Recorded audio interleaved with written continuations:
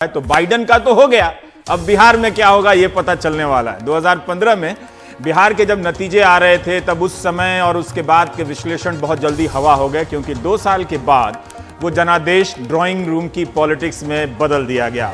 यही कारण है कि इस चुनाव में 5 साल की बात कम हुई, 15 साल की बातें ज्यादा हुई। 2014 में प्रचंड बहुमत से प्रधानमंत्री बने थे नरेंद्र मोदी और उनके रणनीतिकार अमित शाह का यह दूसरा प्रयास होगा बिहार जीतने का। 2015 में तो हार गए थे, 2020 में क्या होगा? क्या दोबारा प्रयास में उनके मास्टर स्ट्रोक और विशाल चुनावी संगठन, धन, संपदा सब बिहार में जीत की तरफ बढ़ा सकेंगे उन्हें? इस बार उनके मास्टर स्ट्रोक किसी को भी समझ में नहीं आ रहा था। चिराग पासवान बीजेपी के साथ थे मगर नीतीश के नहीं, बीजेपी नीतीश के साथ थी और चिराग के भी। चिराग नीतीश कुमार को करप्ट बता रहे थे, बीजेपी नीतीश को सुशासन। गठबंधन धर्म सुना था मगर गठबंधन का ऐसा खुला धर्म नहीं देखा था। मोदी शाह नेतृत्व के प्रभाव और नियंत्रण की सारी थ्योरियां हवा में उड़ गईं, या यह उन्हीं की रणनीति का हिस्सा था कि चिराग पासवान साथ रहकर नीतीश पर हमला करेंगे और नीतीश साथ रहकर गठबंधन का नेतृत्व करेंगे। नीतीश कुमार से नाराज वोट चिराग को जाएगा और फिर बीजेपी नीतीश को मुख्यमंत्री भी बना देगी। ऐसा अगर हुआ तो पहली बार होगा, ऐसा नहीं हुआ तो क्या चिराग पासवान केंद्र में मंत्री बनेंगे? जनता का फैसला आने दीजिए। 8 बजे से गिनती शुरू होगी। 200 से बिहार की 2020 से बिहार की राजनीति का चेहरा 2005 से बिहार की राजनीति का चेहरा नीतीश कुमार ही बने रहे। अगर नीतीश कुमार इस बार भी मुख्यमंत्री बनते हैं तो एग्जिट पोल के बाद से पता चल रही राजनीति की सारी व्याख्याएं अपनी सुविधा के हिसाब से तुरंत बदल जाएंगी। उसी तरह से चुनाव से पहले जैसे ओपिनियन पोल में एनडीए को जीत मिल रही थी और चुनाव के बाद एग्जिट पोल में एनडीए को हार, लेकिन इस बार साफ दिखा कि इस चुनाव में नीतीश अकेले लड़ रहे थे। वे अपने घर में घिर गए थे, अपना संयम खोते नजर आए, लेकिन जनता अपने संयम को लेकर ज्यादा परेशान थी, जो तालाबंदी के बाद से लगातार अपना संयम खोती जा रही थी। यह चुनाव राम मंदिर के शिलान्यास के बाद हो रहा था, यह चुनाव तालाबंदी जैसे घातक फैसले के बाद हो रहा था, यह चुनाव -23% वाली जीडीपी के बीच हो रहा था। इस चुनाव को परिभाषित करने वाली 2 तस्वीरें हैं, वो हम आपको दिखाना चाहते हैं। पहली तस्वीर है पलायन की। तालाबंदी के फैसले ने बिहार से बाहर के बिहार को अधर में छोड़ दिया। कोटा में फंसे छात्रों के माता पिता घर बैठे बेचैन हो उठे कि बगैर खाना पानी के उनके बबुआ वहां कब तक और कैसे रहेंगे, बबुनी भी।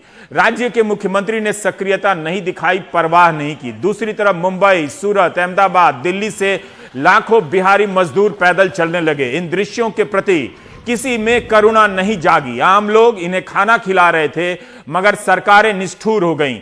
हफ्तों धूप में पैदल चलने के बाद, दुर्घटना में मर जाने और लू से तप जाने के बाद भी अदालत के दरवाजे पर जब गुहार लगाई गई तब भी तुरंत इंसाफ नहीं मिला। बिहारी मजदूर जिसने अपने पसीने से इस देश के कोने कोने को सिंचित किया था, उसके लिए देश उजाड़ हो गया था। बचा था तो वो सड़क जिस पर पैदल चल रहा था। इसी मजदूर के लिए बाद में रेल चली और बस चली, तब तक देर हो गई।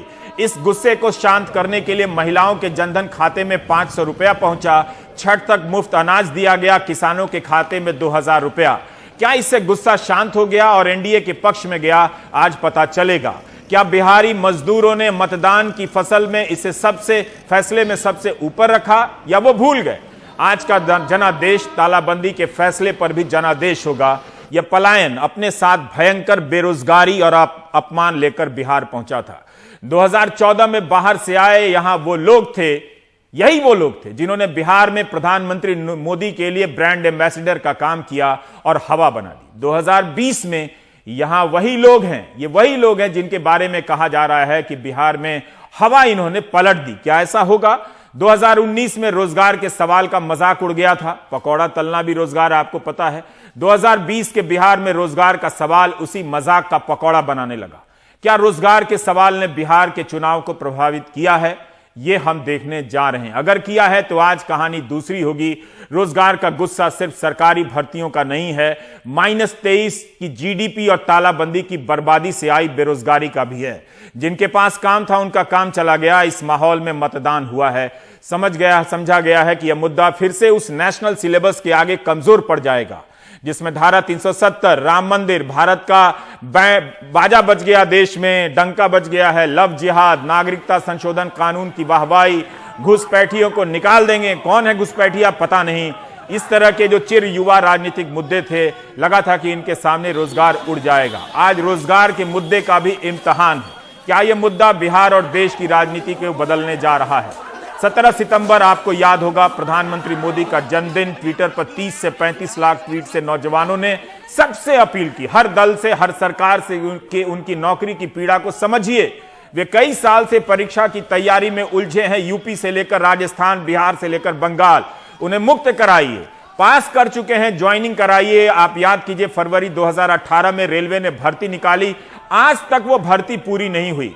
लड़के परीक्षा पास कर ज्वाइनिंग के लिए संघर्ष करते रहे और ज्वाइनिंग के बाद ट्रेनिंग पर भेजे जाने के लिए संघर्ष कर रहे हैं ताकि भत्ता मिले, क्योंकि जब तक ट्रेनिंग पूरी नहीं होगी तब तक सैलरी नहीं मिलेगी। यूपी से लेकर बिहार तक यह मुद्दा चिंगारी की तरह सुलग रहा था, जिसे तेजस्वी ने आग में बदल दिया।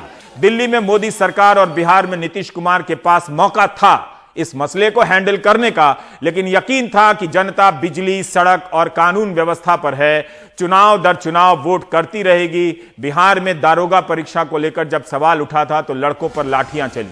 4.5 लाख नियोजित शिक्षक जब अपना हक मांग रहे थे, उनका मजाक उड़ा।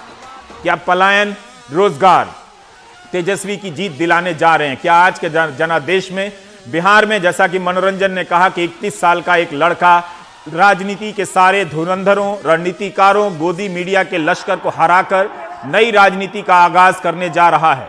एग्जिट पोल के नतीजों से मत देखिए, जो नतीजे आ रहे हैं उससे देखिए। तेजस्वी यादव की यह भीड़ क्या जनादेश ला रही है? 2015 में समस्तीपुर में मैंने प्रधानमंत्री मोदी की एक सभा देखी थी।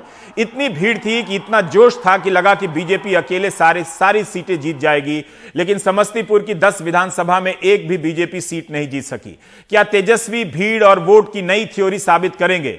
आखिर तेजस्वी की रैलियों में दिख रहा यह जोश कहां से आया था? निश्चित रूप से यह भीड़ दूसरे जिलों से बसों में भरकर नहीं लाई गई थी। 1 मिनट के लिए मान भी लेते हैं तो याद रखिएगा कि तेजस्वी एक दिन में 17 रैलियां कर रहे थे।